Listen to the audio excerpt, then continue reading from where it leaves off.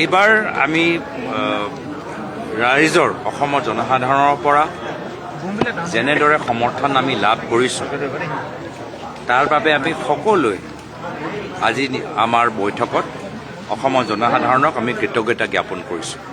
ব্যক্তিগত স্বাৰ্থ লৈ আমি কথা পাতা নাই।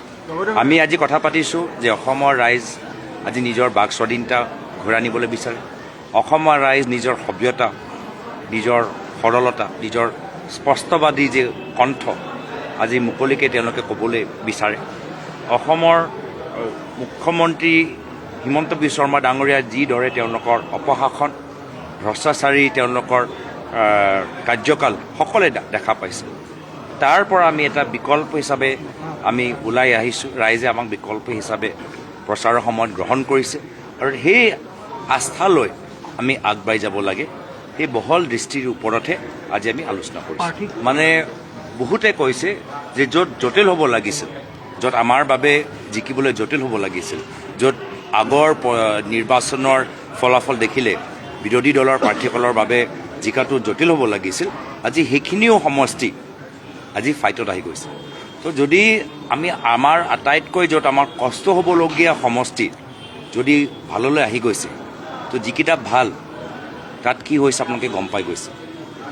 যিকেইটা আমি কওঁ যে 50-50, সেইকেইটা আজি তাৰিখত 70-30 হৈ গৈছে।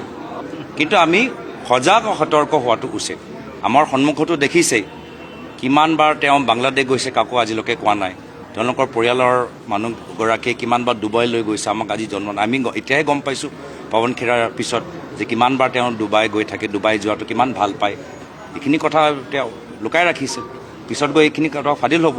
তো সেই একেৰাহে যিজনে মানে চাৰ্জশ্বিট লুকোৱা এক্সপাৰ্ট, তেখেতৰ ওপৰত চকু ৰখাটো উচিত। কিন্তু সেই প্ৰশ্ন এটা আপোনাক সোধোঁ, EVM-ৰ গাফিলতি হোৱাৰ কিবা চান্স, সেই বিষয়টো কিন্তু এতিয়া ব্যাপক ৰূপে চৰ্চিত হৈছে সামাজিক মাধ্যমত। এই বিষয়ে কিবা স্পষ্ট কৰিব বিচাৰিব নেকি?